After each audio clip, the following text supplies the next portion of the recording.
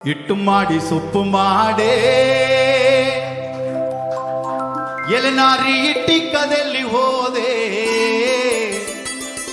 ನನ್ನ ಪ್ರಾಣದ ಪದ್ಮಪುರುಷ